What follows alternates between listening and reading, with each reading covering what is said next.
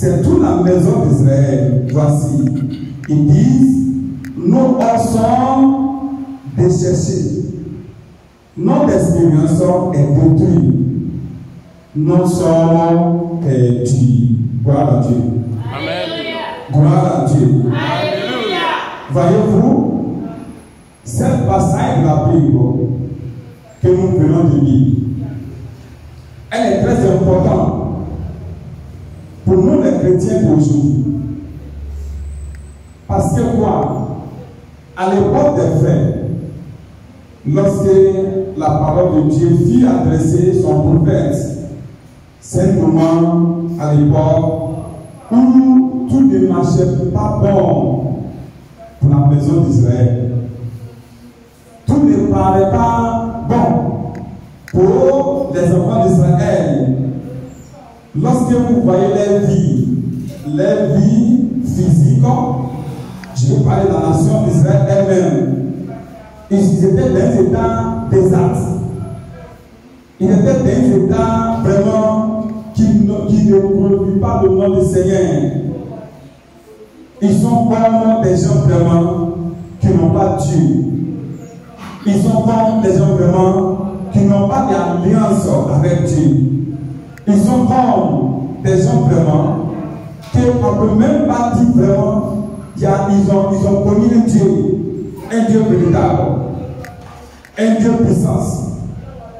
Pourquoi il dit cela? Ils étaient dans un état vraiment où ils étaient tous dispersés. La guerre vient les faire face. Et beaucoup sont allés en captivité. Beaucoup sont morts. Beaucoup ont fui les terres. Et ils étaient dans un état vraiment pas possible. Même aussi, lorsque nous regardons l'état spirituel, c'est pareil que l'état physique. Ils ont parlé de Dieu. Ils ne font même pas de prière à Dieu. Ils ont mis Dieu derrière eux. Ils n'ont aucun rapport avec Dieu. Ils n'ont aucune activité personnelle ou collective avec Dieu d'Israël. Donc, ils étaient dans un état vraiment qui n'était pas, que nous ne pouvons pas présenter comme des gens qui sont en vie. Le résumé de leur vie spirituelle, le résumé de leur vie physique, à l'époque des pères, on pouvait les présenter comme des morts. Les morts en esprit. Ils sont morts en esprit. Parce qu'ils sont séparés de Dieu. Ils sont morts physiquement. Parce que tout ne marche pas bien pour eux. Tout ne marche pas bon pour eux. Donc, dans cet état, où eux-mêmes se sont dit, donc c'est fini pour nous, hein, on a pris d'expérience. Nous sommes perdus. Il n'y a rien qui est bon encore dans notre vie. Dans cet état, Dieu qui est miséricordieux, Dieu qui n'a jamais été arrivé en retard, Dieu qui n'a jamais arrivé en retard. Qu'est-ce qui s'est passé? Il est venu te visiter. Comme il va te visiter ce soir. Je dis comme il va te visiter ce soir. Et il a envoyé son prophète Ézéchiel, et il donne une vision à son prophète. Tu sais, malgré que tu vois ton peuple qui se déplace, qui mange, qui boit, qui font tout ce que les hommes peuvent faire, qui font tout ce que les êtres vivants peuvent faire, mais en réalité, ils sont morts. Ils ne sont pas morts seulement. Dieu les a présentés comme des ossements, c'est-à-dire os. Ce qui est appelé comme un squelette. Ils n'ont plus envie en eux. Ils n'ont plus tout ce qui paraît comme ce que tu peux appeler or. n'ont plus ça. Les vieillesses. Il n'y a rien qui donne le signe de vie en eux. Et c'est dans cet état-là que le Seigneur est venu pour les visiter. Ce passage fait partie d'une série de révélations reçues pendant la nuit précédente. L'arrivée de l'homme qui annonça la destruction d'Israël à cause de leurs péchés, à cause de leur manière de faire. Dieu les a détruits dans sa colère. Et il y a quelque chose que nous pouvons le bénéficier, c'est que le péché détruit. Le péché détruit. Désobéir à la parole de Dieu va emmener la colère de Dieu sur toi. C'est pour cela que c'est très important pour nous, les frères, de ne jamais oublier ça. Comme l'obéissant produit la bénédiction, ainsi pareil, désobéir à la parole de Dieu va amener sa colère sur notre vie. C'est pour ça que nous devons tout faire à ne pas désobéir à la parole du Seigneur. Et je demande à Dieu ce soir qu'il donne chacun de nous un esprit à pouvoir obéir à sa parole et à son commandement au nom de Jésus-Christ. Je dis qu'il nous donne un esprit à pouvoir obéir à sa parole au nom de Jésus-Christ. Cette passage de la Bible est destiné à soulager la tristesse du pays, qui représente les os complètement sèches. Et à la même temps, c'est un message pour le peuple d'Israël que la situation est tellement grave, seul Dieu peut le résoudre. Seul Dieu peut le résoudre.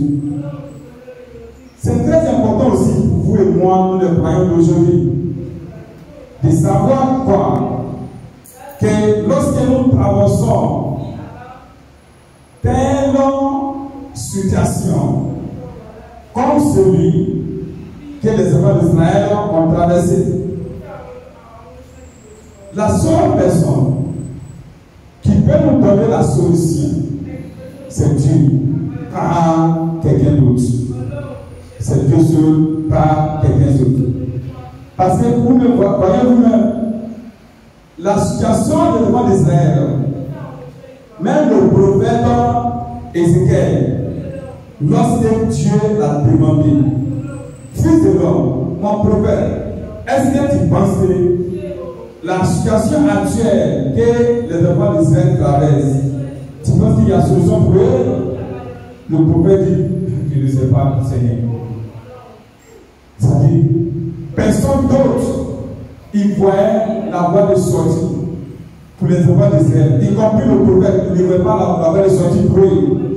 Mais seul Dieu qui est fort, qui est puissant, qui a tout en lui, à pouvoir faire ce qu'il a décidé de faire, et il va faire aussi dans la vie ce soir au nom de Jésus-Christ. Amen.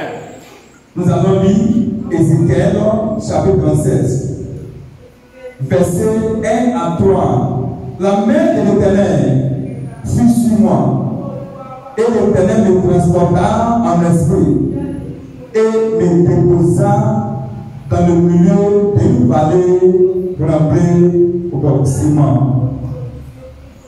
Verset 2.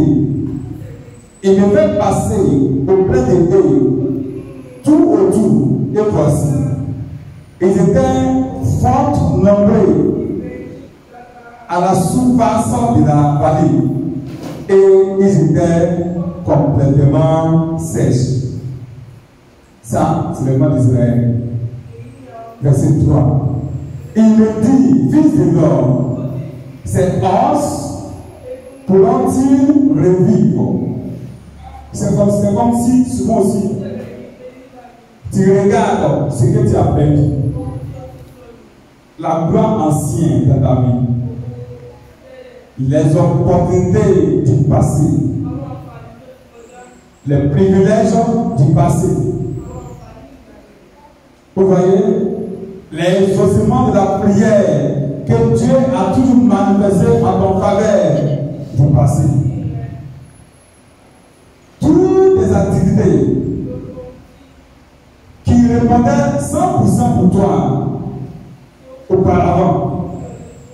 Et quand tu regardes entre le passé et le présent, tu vois que vraiment il y a un grand écart. Il y a un grand écart entre le passé et maintenant. Tu te poses la question, est-ce que tout ce que j'ai expérimenté auparavant pourra tout me revenir encore? C'est une question. Et tu as toujours posé cette question en toi, sans réponse. Parce que quoi? Tu n'as pas le pouvoir de faire revenir le passé. Mais, écoute cela. Le Dieu que nous servons, lui, il est dans le passé, il est au présent et il sera encore dans le futur. Il te dit ce soir que tout passé dans ta vie qui est bon, que toi-même tu espères encore expérimenter, tout s'est passé d'abord pour revenir. J'ai dit, ils vont te revenir. J'ai dit, ils vont te revenir. Et il dit, j'ai répondu, Seigneur, Éternel, tu le sais. Tu le sais. Ézéchiel, il donne ses réponses à Dieu. Il sait que c'est toi qui le sais. Dieu aussi, ce que les autres ne savent pas, c'est que toi-même tu ne sais pas. Comment je pourrais me lever encore? Personne ne sait. Par quel moyen je pourrais me lever encore? Personne ne sait. Comment je pourrais avoir aussi mon ancienne vie de prière, mon ancienne vie d'évangélisation, mon ancienne vie de la crainte de Dieu? Que tu me revenir encore, par quel moyen? Le Seigneur lui se sert. Et comme c'est lui qui sert, il va encore amener tout ce qu'on appelle ancien plan qui est perdu dans la vie au nom de Jésus-Christ. Ésaïe chapitre 43. Ésaïe chapitre 43. Nous avons lu verset 13. Ésaïe 43, verset 13. Et il dit ceci. 43, 13. Je suis dès le commencement, et lui me délivre, et lui me délivre de ma main. J'agirai, qui s'opposera? Vous voyez? Ça, c'est le Dieu que nous servons. Je dis, c'est le Dieu que nous servons. Amen. Il dit, je suis là dès le commencement. J'étais là dès le commencement. Et j'ai toujours à œuvrer selon ce qui est oui, selon ce qui est décidé. Et il dit, lorsque je suis prêt à œuvrer, qui pourra s'opposer? La réponse est personne. Lorsqu'il a décidé de faire sortir les enfants d'Israël à la terre servitude, qu'est-ce qui s'est passé? Vous voyez, Pharaon a manœuvré, a fait tout ce qu'il pouvait faire, a fait des plans, a proposé des compromis pour ne pas que le peuple de Dieu sorte en captivité. Mais lorsque Dieu a décidé, personne ne pourra l'arrêter. Dans 7 mois, Dieu a décidé de te faire sortir. Dans la maladie, Dieu a décidé de te faire sortir. Dans la double misère, Dieu a décidé de te faire sortir. Dans l'échec, et personne ne pourra s'opposer au nom de Jésus-Christ. Et il dit dans le livre de Jérémie, Jérémie 32, nous allons lire verset 26 ou 27. Si Jérémie 32, verset 26 à 27. 26 à 27. Et il dit ici, la parole de l'Éternel lui fut adressée à Jérémie. Je le dis encore, pardon. La parole de l'Éternel fut adressée à Jérémie en ces mots. Voici, je suis l'Éternel, le Dieu de toute chair. Il n'y a-t-il rien qui soit étonnant de ma part? Vous voyez ce qu'il dit ici? Il dit, il y a-t-il quelque chose qui est aussi fort que moi? Il y a-t-il quelque chose qui est impossible pour moi? Vous voyez, c'est une question qui a besoin d'être répondue. C'est une question qui a besoin d'être répondue. Comme beaucoup pouvaient poser des questions au sujet de ta vie, au sujet de ton foyer, au sujet de tes affaires, au sujet de tes activités. Il te regarde et il se pose beaucoup de questions. Il dit, est-ce qu'il y a quelque chose de bon encore qui peut sortir de la vie de telle personne?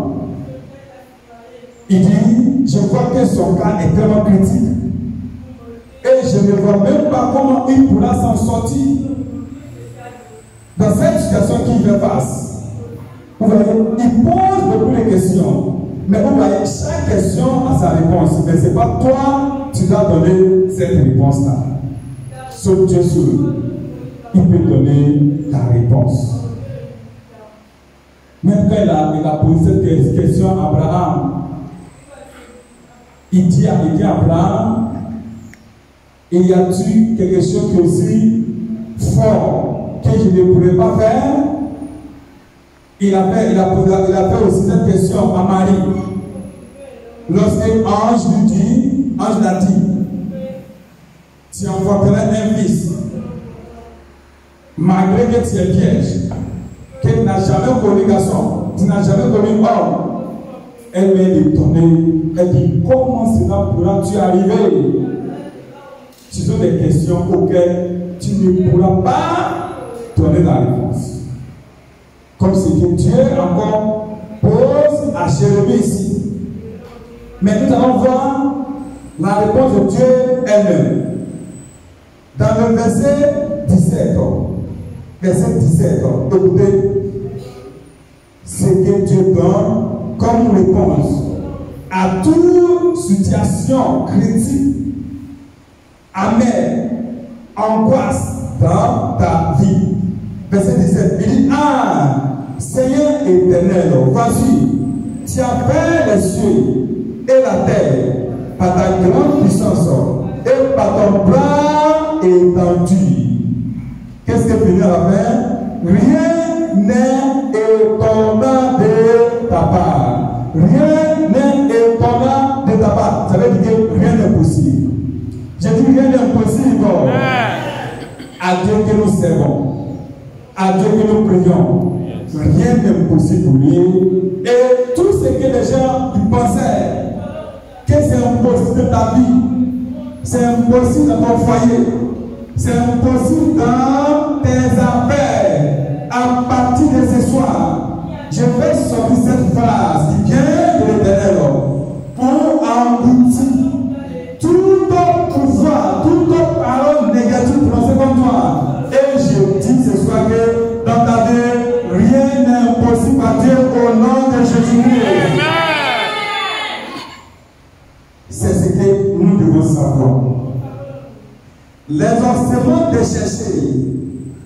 représentant la condition de mort spirituelle du peuple d'Israël.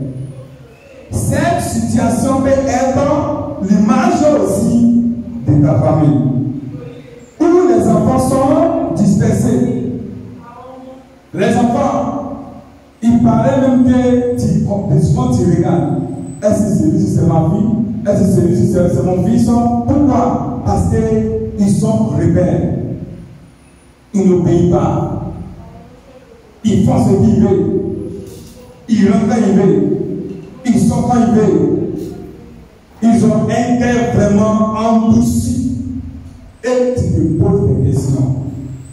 Comment je pourrais avoir une famille brouillée, une famille paisible, une famille avec la sérénité? Mais n'ayez pas peur. Je dis n'ayez pas peur. Amen. Dieu d'Israël, qui a rassemblé toutes les rejetants d'Israël, il va aussi intervenir dans la vie, intervenir dans la vie de soi au nom de Jésus-Christ. Amen. Il n'y a rien d'étonnant à Dieu. Et il n'y a rien qui soit impossible avec lui. La vie des enfants d'Israël représentait ici comme ceux qui sont morts en esprit. Vous voyez, c'est cette image que le Nouveau Testament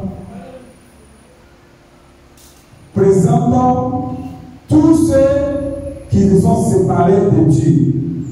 Nous allons lire dans le livre d'Éphésiens 2. Éphésiens 2, verset 1 et puis verset 5. Vous étiez morts par votre offense et par vos péchés. Vous voyez ici, les enfants d'Israël, à cause de leur vie spirituelle, Dieu les a présentés comme des cadavres, comme des morts.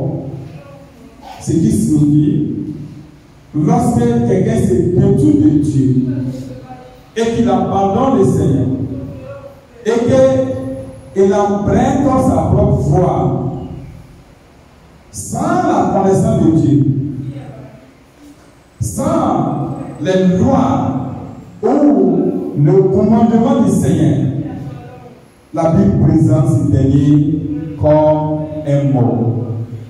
Comme un mort.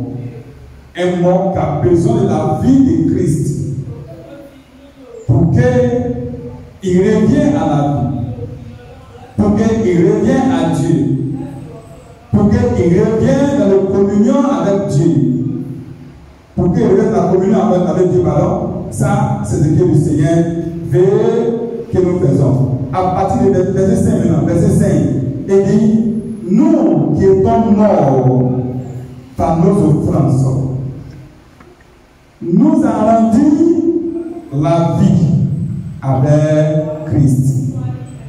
Il nous a rendu la vie avec Christ.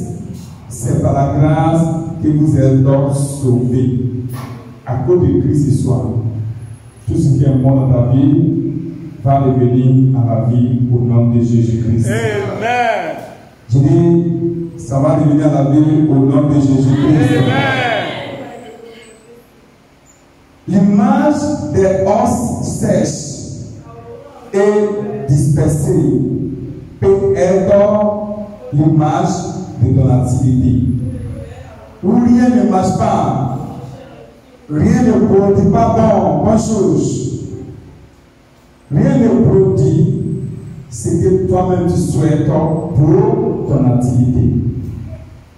Même si c'est le cas dans ta vie chrétienne, où tu n'arrives plus à prier, tu n'arrives plus à méditer la parole de Dieu, tu n'arrives plus à évangéliser, parfois même tu oublies que tu es chrétien. Ça arrive même souvent que tu oublies que Jésus me revient. Et cette manière de vie montre qu'il y a la mort spirituelle qui est en toi. Si c'est le cas, n'aie pas peur. Parce que quoi? Celui qui a ressuscité Jésus-Christ en des morts, il va te donner la vie ce soir au nom de Jésus-Christ. Amen. Je dis, il va te donner la vie ce soir au nom de Jésus-Christ. Avant d'aller prier, Romains 8. Romains chapitre 8. Verset 11. Romains chapitre 8. Verset 11. Et si l'esprit de celui qui a ressuscité Jésus en les morts habite en vous, celui qui a ressuscité Christ en les morts rendra aussi la vie à vos corps mortels par son esprit qui habite en nous, en vous, en moi, et que le Seigneur confirme cette parole dans notre vie ce soir au nom de Jésus-Christ. Devant nous allons prier. Devant nous allons prier. Et nous allons faire au moins 4 sujets de prière avant de partir à la maison. Mais frères et sœurs, il faut faire cette prière avec ton cœur. Et surtout, ayez la foi en Dieu en faisant cette prière. Parce qu'il sait qu'il va redonner la vie à tout ce qui est mort dans votre vie ce soir au nom de Jésus-Christ. Amen. Tu vas prier en voix haute une prière agressive. Et tu vas faire cette prière. La vie de Dieu. La vie de Dieu. Priez fort, chantez ça fort, parlez ça fort. La vie de Dieu. La vie de Dieu. Restaure tout ce qui est mort dans ma vie. Restaure tout ce qui est mort dans ma vie. Il y en a.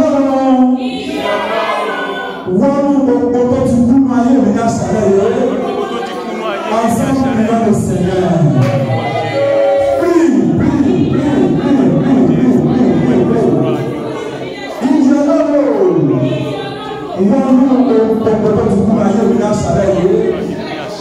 La vie de Dieu restaure tout ce qui est mort. Restaure tout ce qui est mort. Restaure tout ce qui est mort. Restaure tout ce qui est mort. La vie de Dieu. Restaure. Prie.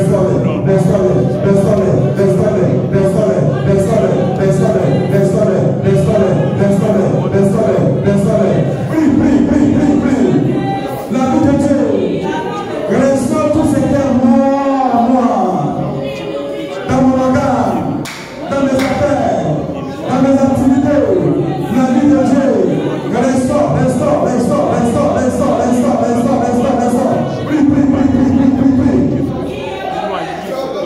La vie de Dieu. Restaure tout ce qui est mort dans mon corps. Restaure tout ce qui est mort ce soir. Tout ce qui est mort dans mon foyer. Qu'il soit restauré par la vie de Dieu. Qu'il soit restauré par la vie de Dieu. Qu'il soit restauré par la vie de Dieu. Qu'il soit restauré par la vie de Dieu. Qu'il soit restauré par la vie de Dieu. Qu'il soit restauré par la vie de Dieu. Au nom de Jésus-Christ, nous avons prié.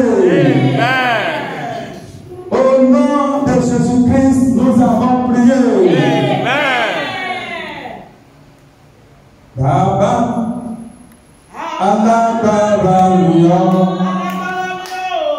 Jésus, Alakaraluya, Ìwọ́tí, òfin ẹgbẹ́ mi.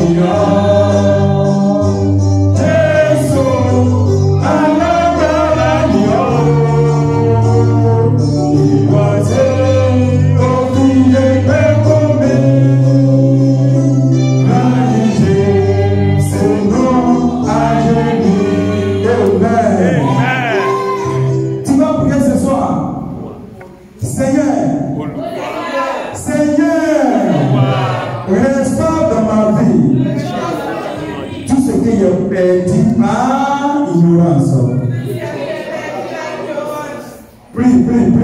Fais cette prière là. Baba, on nous mange ça là. Il n'a pas la soirée.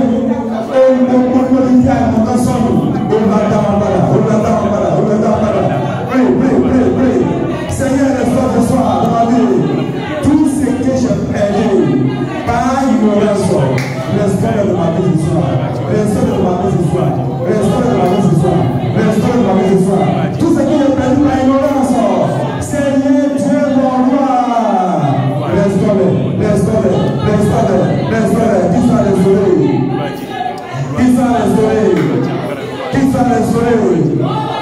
Qui soit restauré.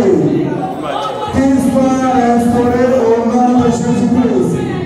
Au nom de Jésus-Christ, nous avons prié. Jésus, fais venir dans mon foyer la paix perdue. Ensemble, prions le Seigneur. Jésus, nous attend pour la synergie. À la vie, attendons-nous. On n'entend pas. Fais venir dans mon foyer, Seigneur, la paix perdue. Fais venir dans mon foyer.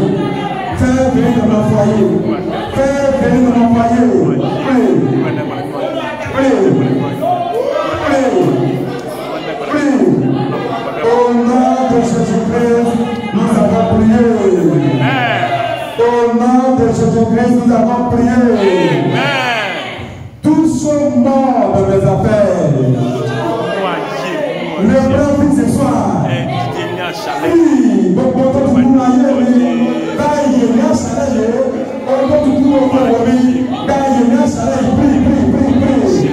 Seigneur, ce soir, tout ce qui est mort dans mes affaires, tout ce qui est mort dans mes activités, reprends vie.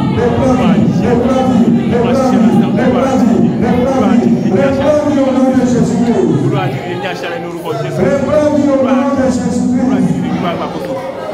Reprends vie au nom de Jésus-Christ. Tout ce qui est mort dans mes affaires, tout ce qui est mort dans mon foyer, tout ce qui est mort dans mes activités, c'est soi-même.